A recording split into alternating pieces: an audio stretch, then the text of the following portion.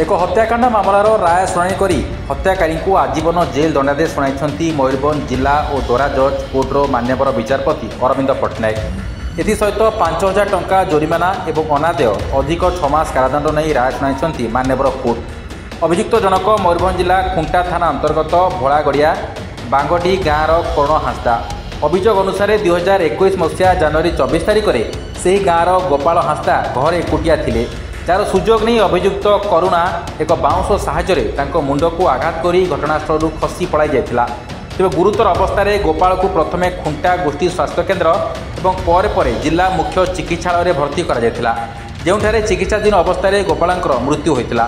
एने खुंटा थाना लिखित अभियोग करते गोपाल पत्नी माया हांसदा। तेज अभियोग को भित्ति करी थाना केस नंबर 26/2021 एक मामला रुजु कर हत्याकारी को गिरफ्त कर कोर्ट चालाण करथिला पुलिस। आज मामलार विचार समय समस्त साक्षी बयान तदंत और डाक्तरी रिपोर्ट को आधार कर राय शुणाई मान्यवर जज। प्रकाश थाउ कि मामला को सरकारी पीपी सस्मिता महापात्र परिचालना करुथिले। मयूरभंज जिला प्रतिनिधि देवेंद्रनाथ दास को रिपोर्ट।